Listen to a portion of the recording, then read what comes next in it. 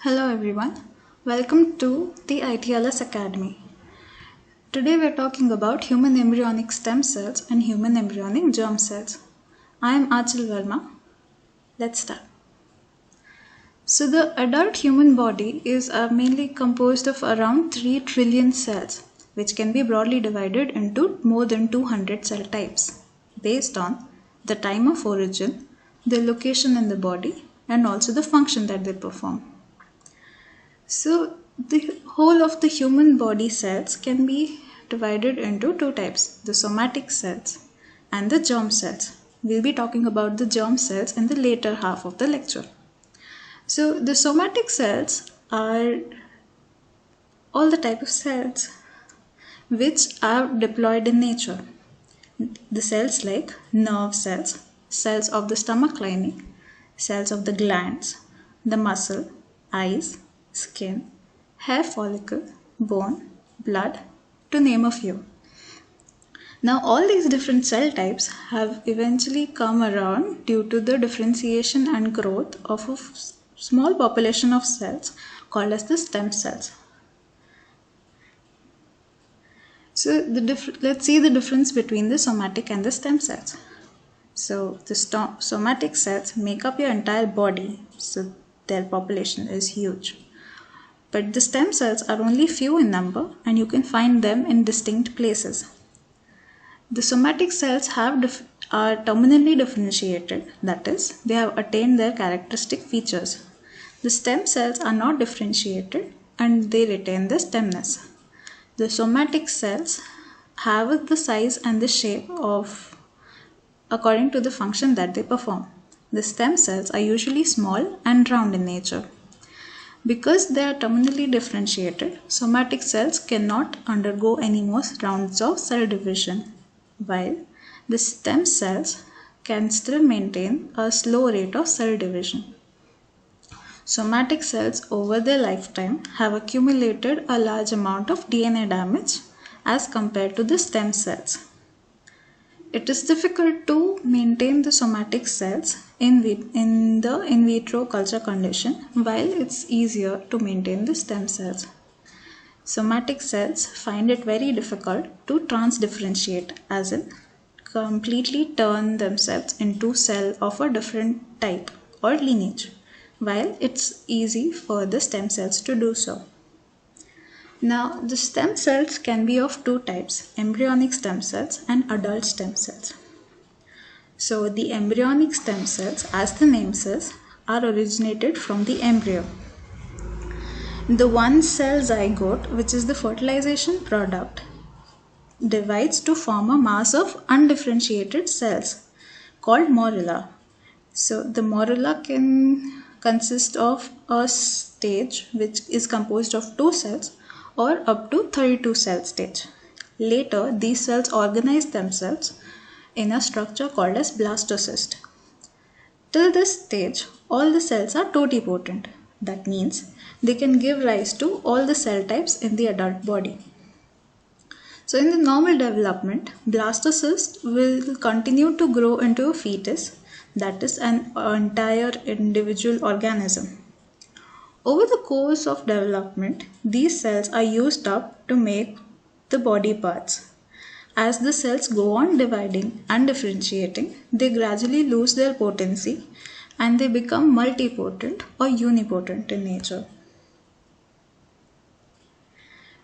Because the embryonic cells give rise to practically all tissues of the adult human body, these cells are of the utmost importance in the medicine and the research field.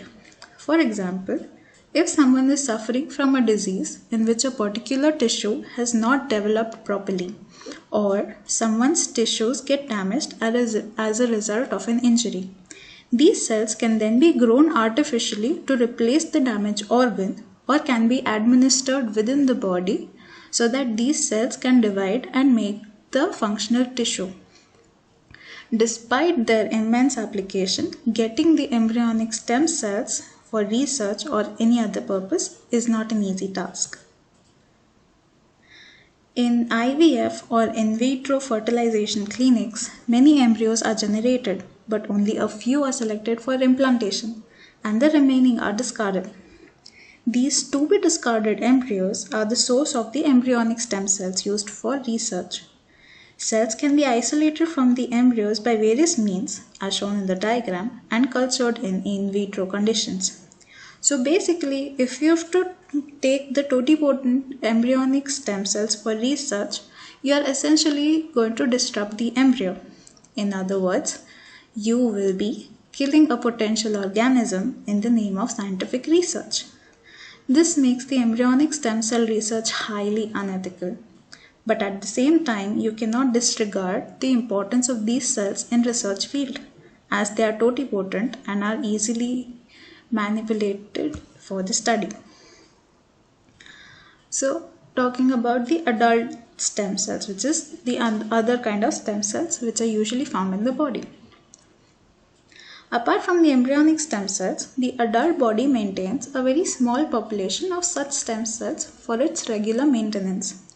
These cells are not as potent as embryonic cells, but are slightly differentiated according to their organ of origin. This population of cells is called as adult stem cells. These cells reside in a dormant state and divide only in response to injury or when the organ needs to replace dead cells. Each organ system, as shown in the figure, has the resident stem cells. The adult stem cells of the skeletal system are called as osteoblasts, as in the progenitor of osteocytes. The respiratory system stem cells are called as bronchoalveolar stem cells. Muscle stem cells are called as satellite cells, as they are located sparsely as satellites. Blood system stem cells are known as hematopoietic stem cells, which are usually found in the bone marrow. Liver of the digestive system is known to be the organ with the highest regenerative capability. The liver cells or the hepatocytes can dedifferentiate into actively dividing progenitor cells in the case of a tissue damage. The rodent liver stem cells are called as oval cells, a name based on their morphology. The nervous system, known to be the least regenerative in nature, still houses a small population of neural progenitor cells. Now let's see the difference between these two types of stem cells. So the embryonic stem cells are known to give rise to a larger population of different cell types. Hence, their potency is totipotent or pluripotent. While the adult stem cells, because they are originating from a single organ or an organ system, they are only multipotent or unipotent in nature. The embryonic stem cells can be found in the embryo, that is the morula or the blastocyst stage, while the adult stem cells can be found in certain locations in the adult body.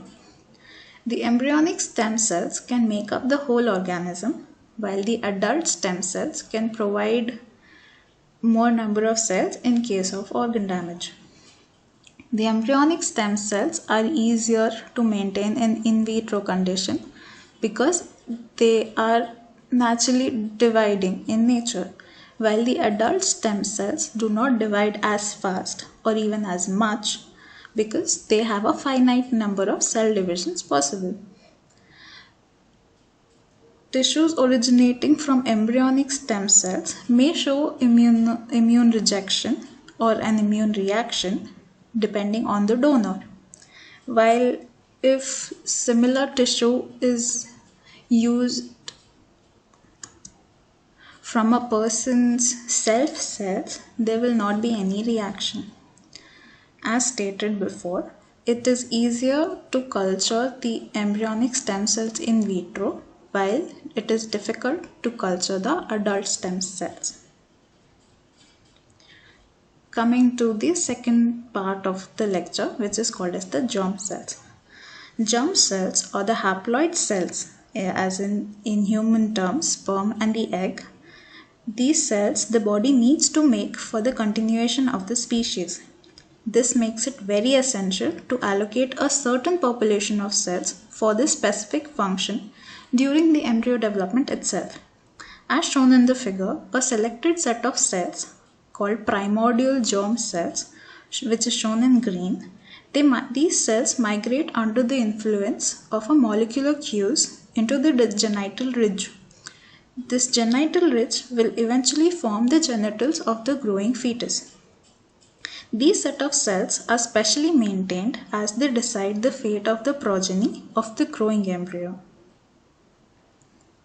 We all know that the basis of sex determination in human, that the chromosome X and X form the female while chromosome X and Y form a male offspring.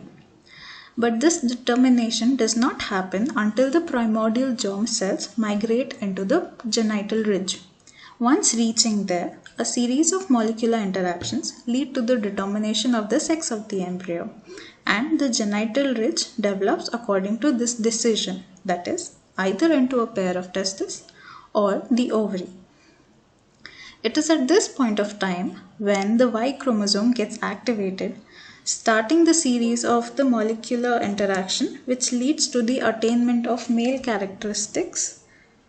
Also at this time in females, in the absence of the Y chromosome, one of the X chromosomes get randomly inactivated to compensate for the gene dosage. So it is needless to say that it is really important for the primordial germ cells, at least for us to understand. Another reason is because these set of cells undergo multiple rounds of epigenetic changes during the course of development of the embryo.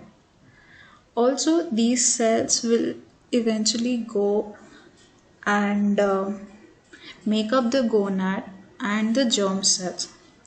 And also, these set of cells ultimately decide the quality of the next generation.